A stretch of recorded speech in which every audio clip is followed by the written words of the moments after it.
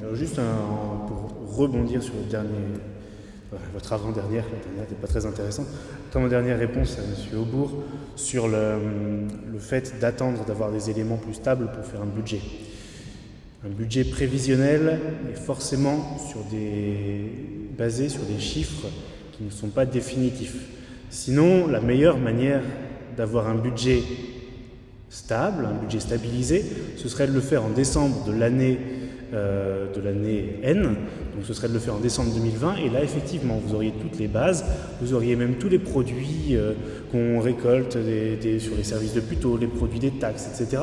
Et là, je vous garantis que votre budget serait très très proche de votre compte administratif. C'est pas du tout le principe du budget primitif et du budget prévisionnel qui, évidemment, comporte une part d'incertitude et qui nécessite après des décisions modificatives. D'ailleurs, à Puteaux, nous votons des décisions modificatives du budget régulièrement. C'est juste un exercice de projection. Et je sais qu'à Puteaux, on n'aime pas trop les exercices de projection. Voilà, c'était juste pour refermer la parenthèse, mais comme j'en avais parlé tout à l'heure aussi, je préférais qu'on sache que c'est possible de faire des budgets prévisionnels en décembre. Ah, pourquoi, c'est vrai, pourquoi être bon élève si la loi permet d'être mauvais élève? Alors, sur le budget prévisionnel 2020,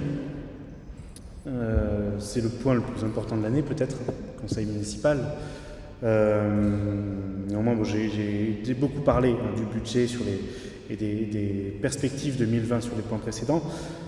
Pour revenir sur les chiffres eux-mêmes du budget, au niveau des dépenses de fonctionnement, donc on a 21% d'augmentation sur les charges générales, soit 11 millions d'euros en plus. C'est une augmentation qui est énorme. Alors elle s'explique évidemment pour partie par les mesures sanitaires, qu'on ne remet bien sûr pas en cause, c'est une obligation et effectivement on sait que les dépenses partout vont se retrouver gonflées parce que nous avons besoin de faire face à cette crise sanitaire, sociale, humaine, qui aura, dans un second temps, comme conséquence, une crise économique qu'il faudra également gérer.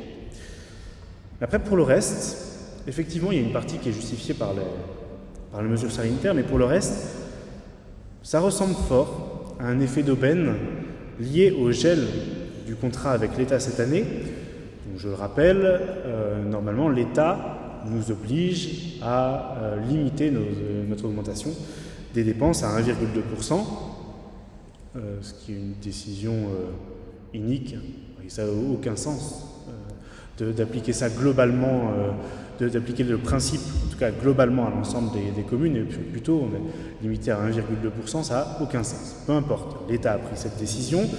Là, cette année, on n'est plus obligé de rester dans cette enveloppe. Et donc on a un peu l'impression qu'on en profite cette année pour passer un certain nombre d'augmentations. C'est pas joli. Vous me direz peut-être que c'est à cause de nos nouveaux équipements, parce qu'évidemment, quand on produit de nouveaux équipements, et plutôt Dieu sait qu'on en produit, on a derrière des dépenses de fonctionnement, des coûts de fonctionnement induits. Mais dans ce cas, ça veut dire que ces équipements qu'on produit parce qu'on peut investir sont vraiment hors de prix en termes de fonctionnement et qu'il y a donc urgence à rationaliser drastiquement nos dépenses. Les rationaliser, bien sûr, en maintenant le service. Le niveau de service, je suis même persuadé que nous pourrions les rationaliser en améliorant l'offre de services au Putéolien.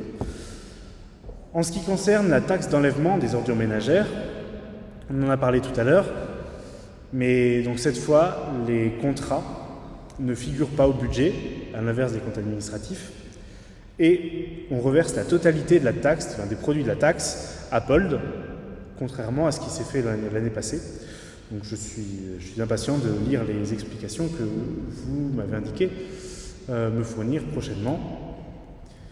En ce qui concerne les recettes de fonctionnement, en baisse par rapport à l'année dernière, notamment en raison d'une baisse très significative des produits et services, 2,5 millions d'euros, probablement liés à l'impact de la crise, soit.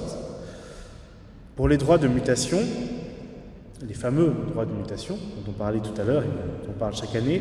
Vous faites comme d'habitude des prévisions très conservatrices à 5 millions d'euros pour 2020 contre 8 millions d'euros enregistrés en 2019. Cette année, enfin, ça nous semble une bonne idée face à l'impact de la crise sur le secteur immobilier. Vous nous annoncez un autofinancement de 31 millions d'euros à fin 2020. C'est un peu trompeur puisque sur le seul exercice 2020, il est en fait négatif d'un peu plus de 3 millions d'euros et que c'est uniquement le résultat accumulé sur les autres années qui permet d'être positif au total. Bien que le contexte soit très particulier, cette première, parce qu'il s'agit d'une première, doit nous alerter sur nos coûts de fonctionnement et donc sur le montant de nos investissements à venir. Pour la section investissement, attention, les totaux des dépenses financières et des recettes financières mentionnées dans les commentaires du budget sont faux. Ils reprennent les dépenses et les recettes d'équipement également, donc ce n'est pas les bons chiffres. Une grosse partie des recettes d'investissement viennent des sessions budgétées, budgétées pour 48 millions d'euros, avec deux grosses opérations sur les lots 3 et 12 et 13 des Bergères. On sait, historiquement, on le voit chaque année, à quel point ces opérations peuvent glisser. Et donc, cette année en particulier, il va être important de les sécuriser pour équilibrer le budget. On a toujours un peu de mal à le faire, ça donne souvent des écarts importants entre les budgets primitifs votés et les comptes administratifs constatés l'année d'après. Cette année, attention, le budget reste fragile, je le dirai tout à l'heure. Donc attention à bien sécuriser ces opérations. De même, pour les presque 22 millions d'euros de paiements sur participation et soldes de cession, au vu du dérapage l'année passée, attention à bien les sécuriser cette année, de manière à sécuriser le budget dans son ensemble. Pour conclure, je dirais qu'une fois n'est pas coutume, mais l'équilibre de la section investissement est particulièrement fragile et ne tient que grâce à des excédents des années précédentes et à la bonne exécution sur laquelle on compte des cessions et des paiements. Tout cela alors que la section de fonctionnement, elle aussi fragilisée, cette fois par la hausse des coûts de fonctionnement. Autant de raisons d'être vigilant sur la bonne exécution de ce budget, et je gage que nous aurons à rediscuter l'année prochaine, au moment du compte administratif, de ce budget primitif 2020.